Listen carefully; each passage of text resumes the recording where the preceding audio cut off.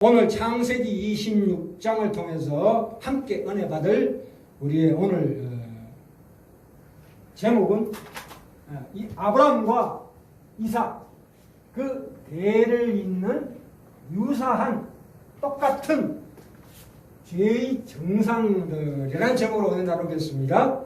자, 그러면 우리가 오늘날 우리에게도 동일하게 이게 적용이 됩니다. 왜냐하면 성경을 읽을 때에 이 성경의 우리 믿음의 선배들과 우리가 하나가 되는 거예요. 성령을 통해서. 그죠? 그래서 그들의 거울을 통해서 우리 자신을 비춰봄으로 말미암아 그 속에서 성령이 함께 하심으로 우리에게 은혜를 주신다 이 말입니다. 그렇죠? 예. 자, 그러면 아브라함과 이삭의 대를 잇는 똑같은 우리와 유사한 죄의 정상들이 과연 뭘까요? 그것은 뭐냐면 우리 마음속에 우리 내면의 마음속에 부정적인 측면들, 말하자면 심리적 결핍을 누구나 경험한다 이 말입니다. 예, 현대인은. 예. 왜냐하면 아담의 하나님께 대한 불순종으로 말미암아 그의 죄의 씨앗으로 말미암아 죄의 뿌리가 형성되고 그 뿌리에 의해서 무엇이 파생되었냐 하면 바로 두려움, 불안 속에는 갈등과 의심과 회의가 함께합니다. 그렇죠? 그 다음에 시기와 분노, 수치심, 그로 말미암는 좌절. 그래서 누군가에게 책임을 전가하게 되고 그래서 스스로 교만한 자리에 선다 이런 뜻입니다. 이것은 죄는 열매라고 그러지 않고요. 그러면 이것의 반대되는 개념은 뭡니까?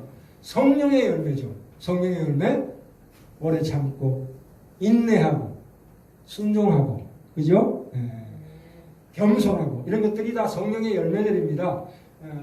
그런데 자 보셔요.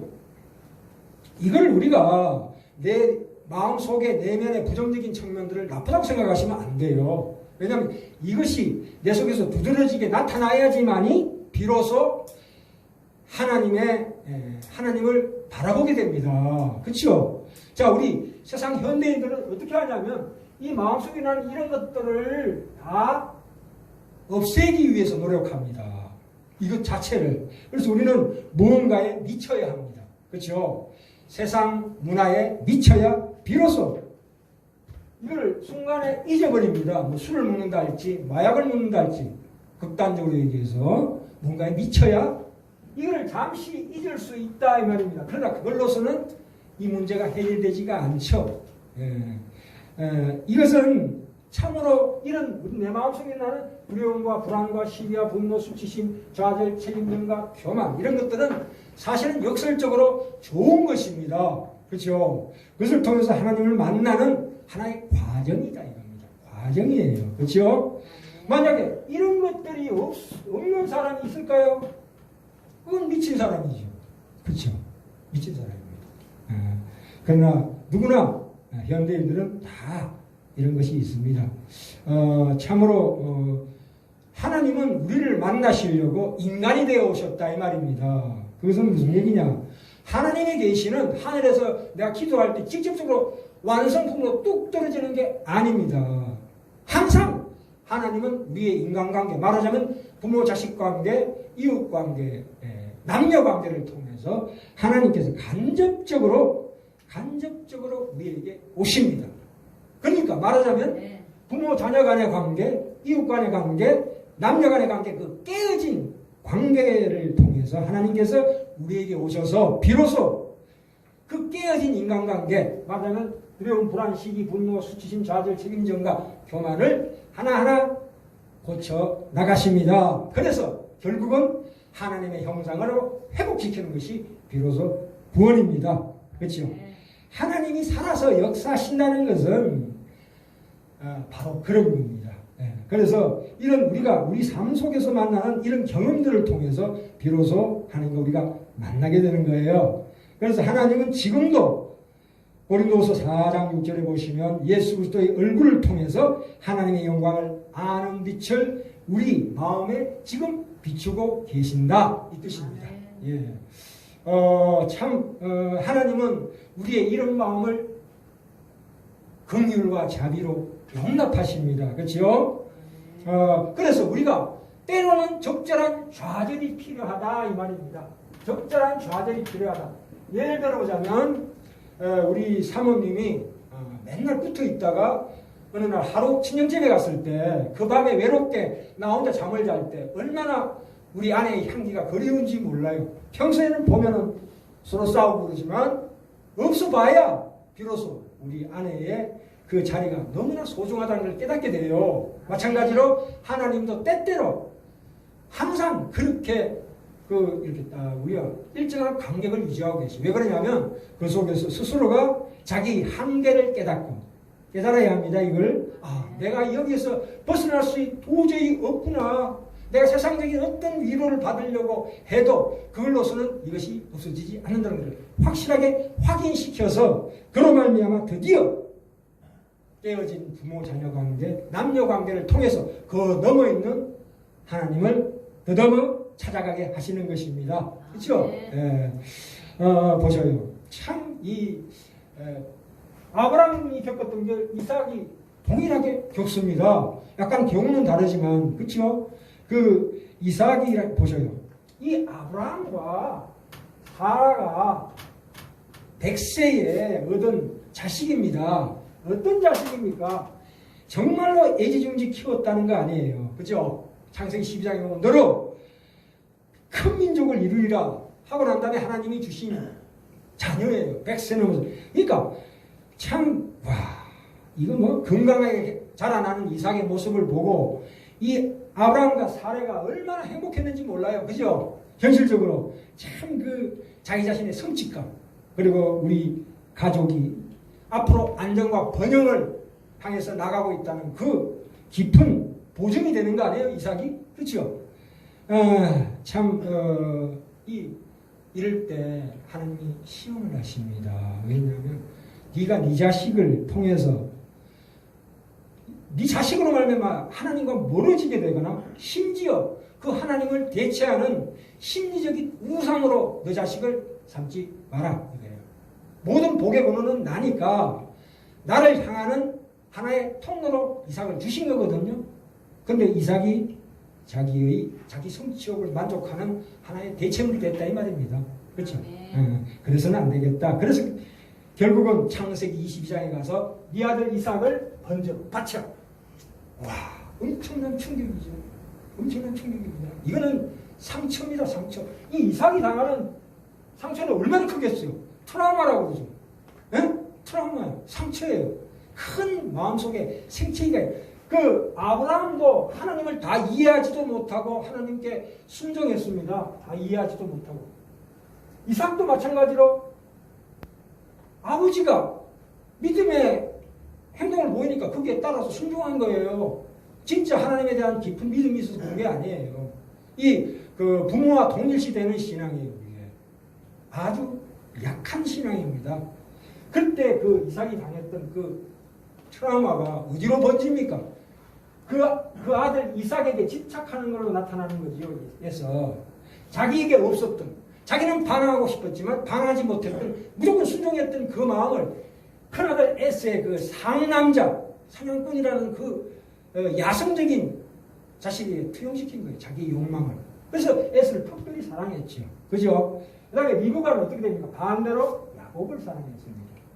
이렇게 이 대를 이어서 이런 것들이 이 인생사예요. 그죠?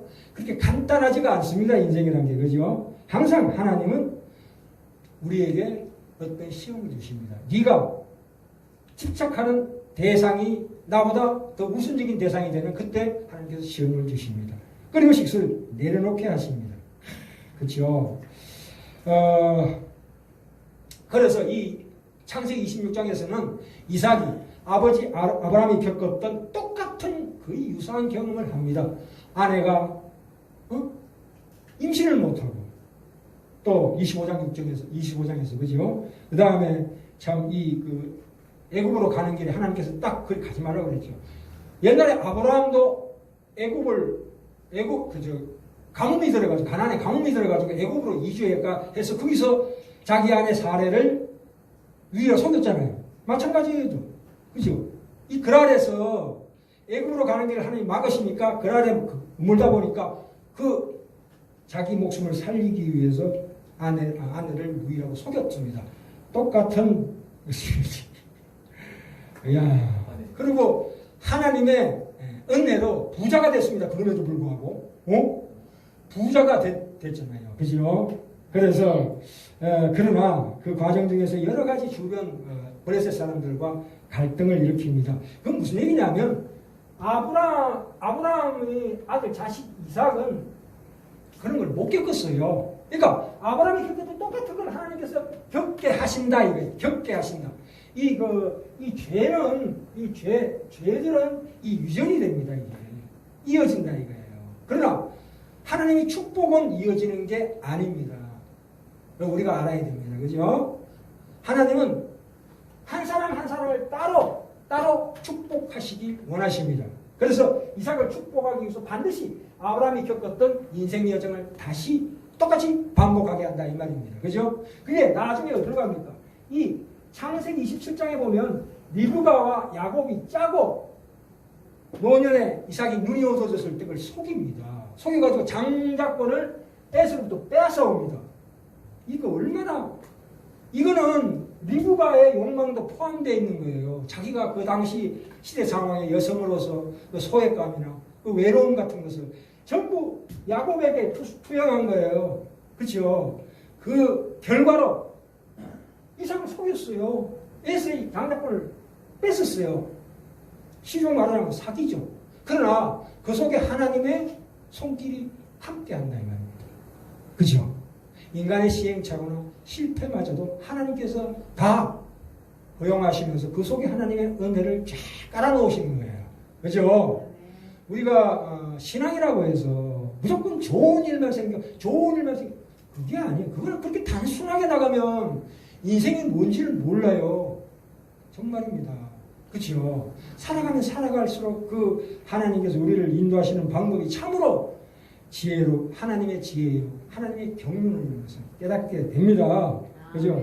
그래서 우리에게 나는 어떤 일도 우연히 일어나는 일은 없다 이 말입니다.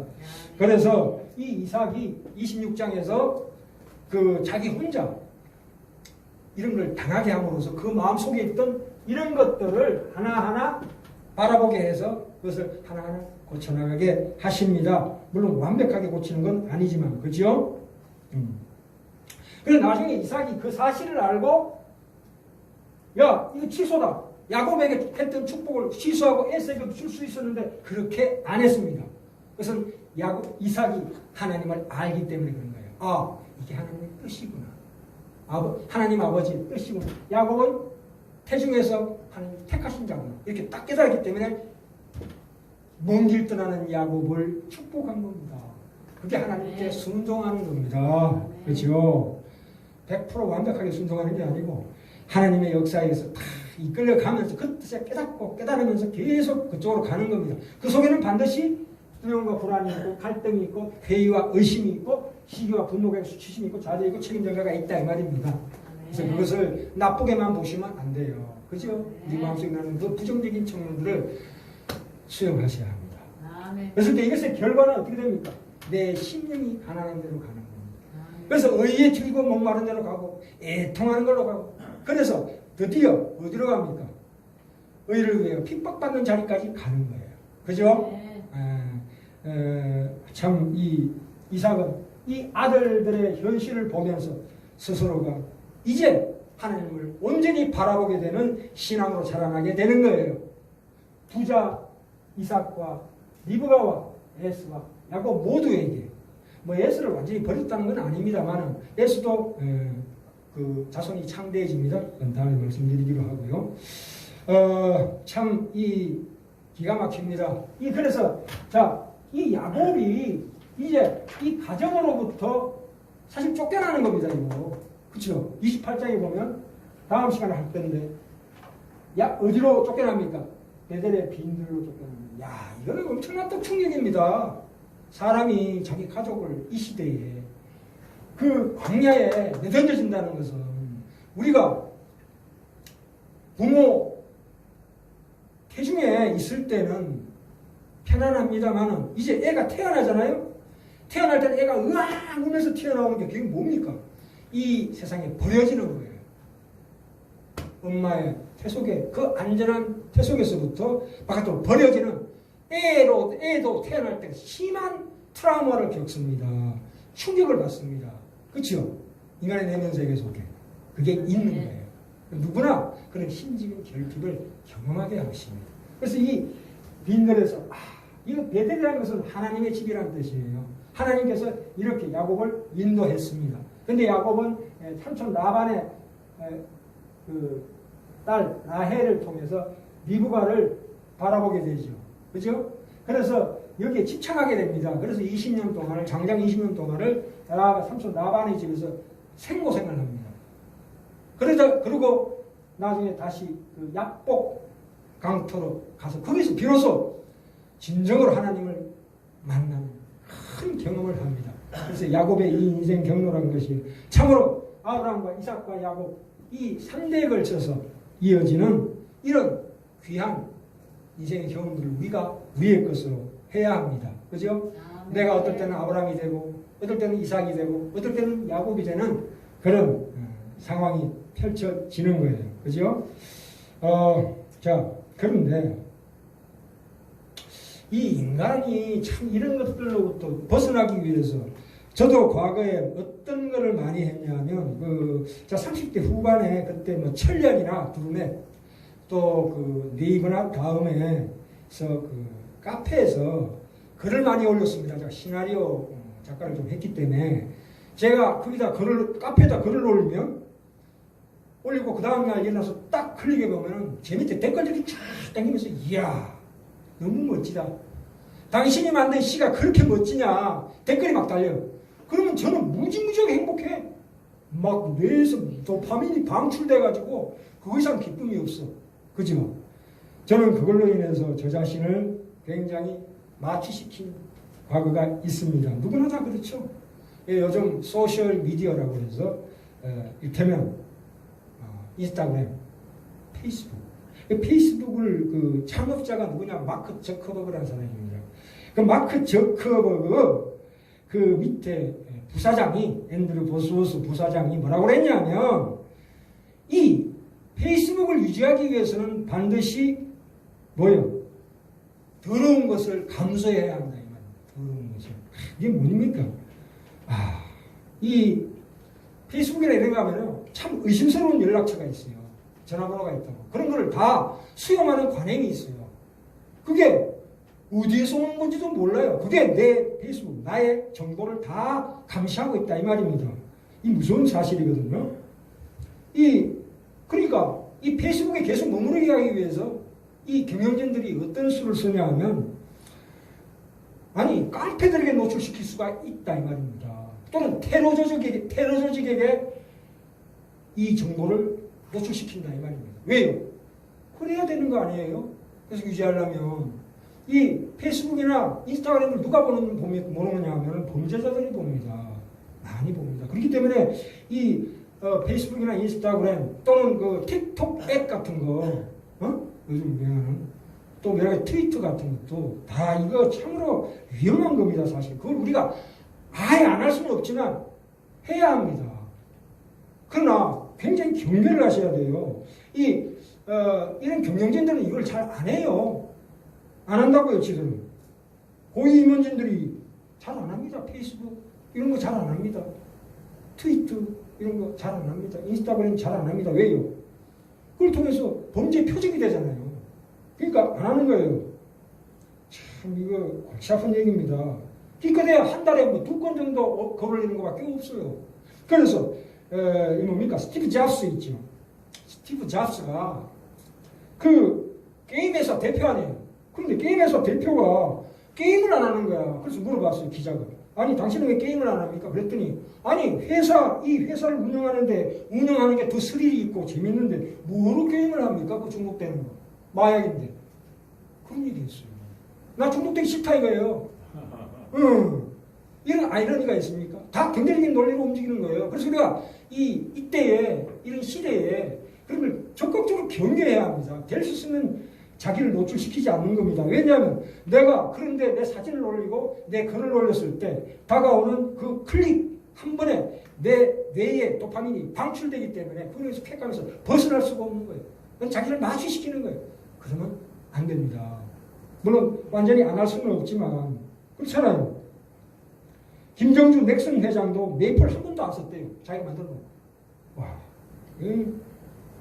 마약 왕은 마약을 안 합니다.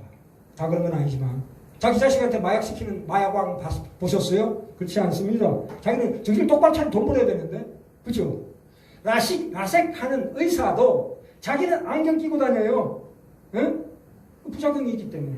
중국집 아들은 짜장면을 안 먹었다가 두들겨 맞습니다.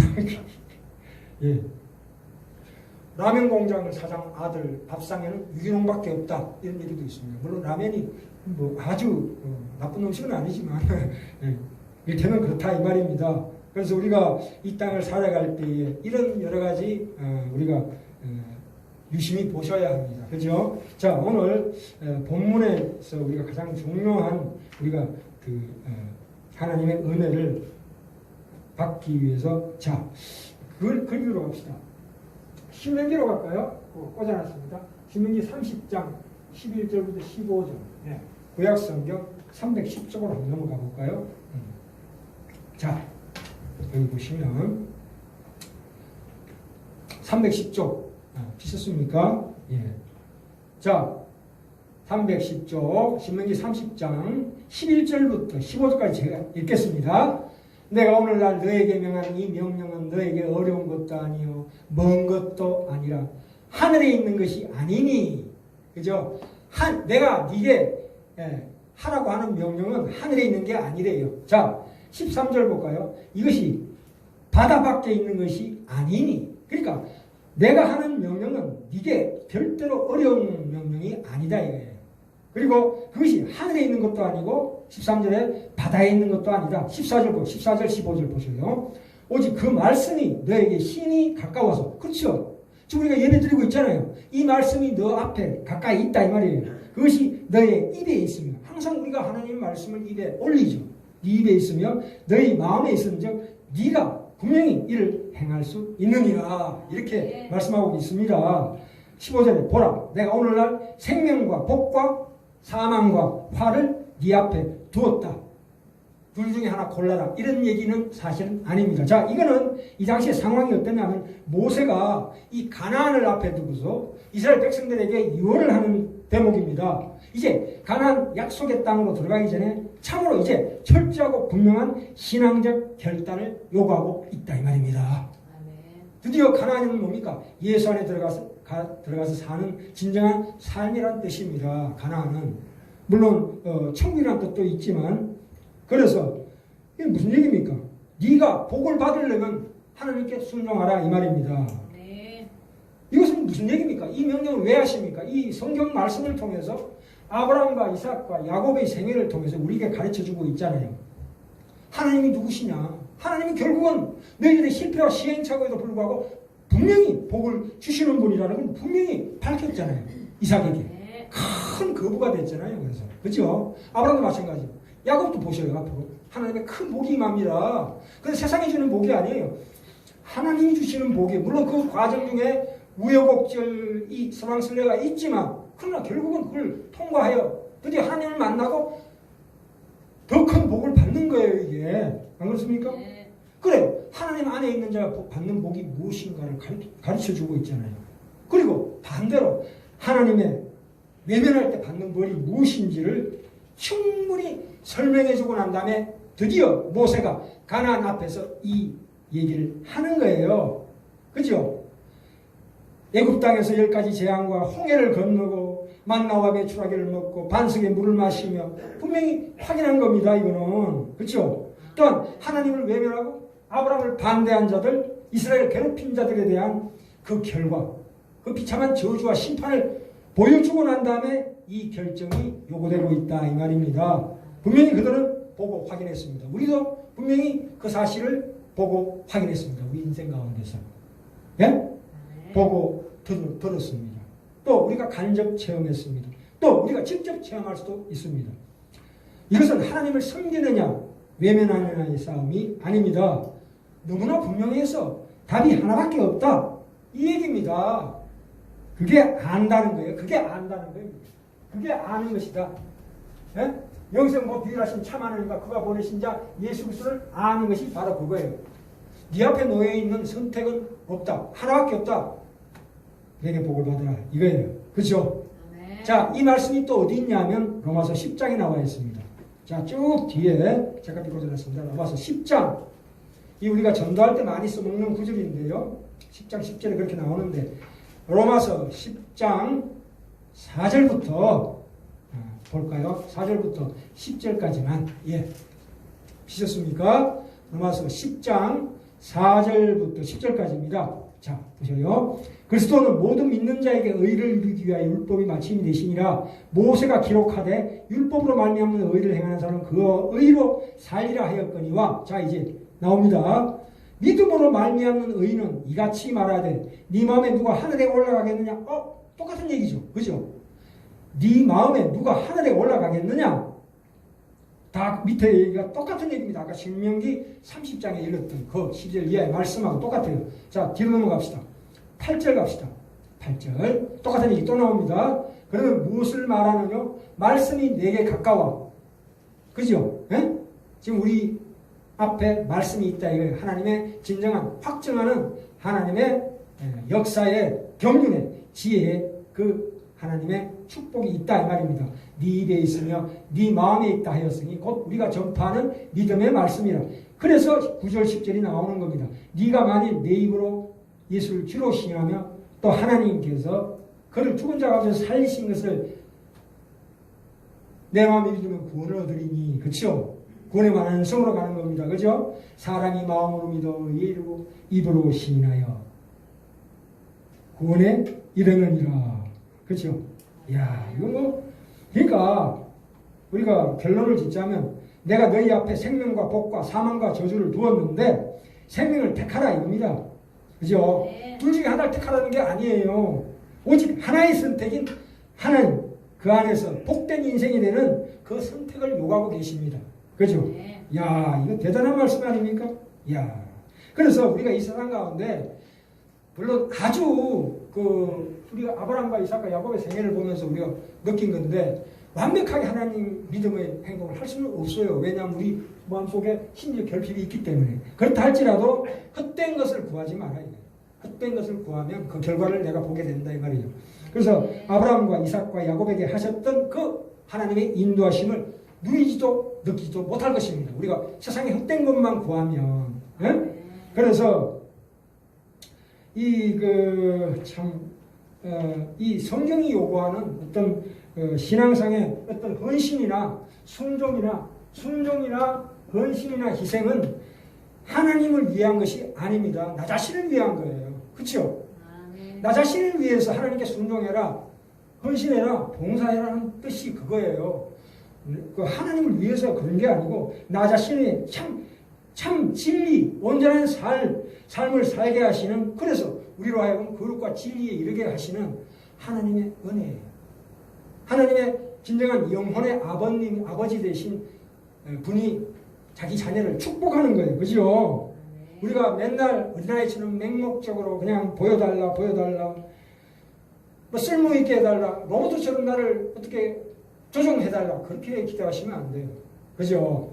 하나님은 참으로 아버지, 그 하나님께서 내 마음속에 그 여러 가지 갈등 속에서도 불구하고 하나님을 찾기를 원하십니다. 그죠? 그래서 우리로 하여금 이제 드디어 성령의 9가지 열매, 사랑과 희락과 오래 참과 인내와 양선과 온유, 충성, 절제, 이런 것들이 우리가 사실은 우리의 책임이 아니고 우리에게 드러나는 하나의 영광입니다. 아멘. 하나님의 영광이 나를 통해서 바깥으로 발산되는, 열매 맺는 그런 사람이, 그런 존재가 되는 것이 하나님의 뜻이다 이 말입니다. 아멘. 그래서 결론 짓습니다. 참으로 세상이 만들어내는 인간들과 하나님께서 만들어내시는 인간의 차이를 비교해 보십시오. 우리 인생 가운데서 참으로 하나님의 영광에 찬송이 되는 자리를 사모하는 우리의 운명이 되어야 되겠습니다. 그죠? 다시 한번 반복합니다. 우리는 하나의 선택밖에 없습니다. 그것이 우리에게 주시는 하나님의 복이고 자랑이고 영광입니다. 항상 그래서 주님의 말씀으로 우리의 삶의 양식으로 삼는 지혜로운 우리 축복받는 복받는 결국은 복받는 우리 집안의 모든 형제자님들 다 되시기를 간절히 축원합니다.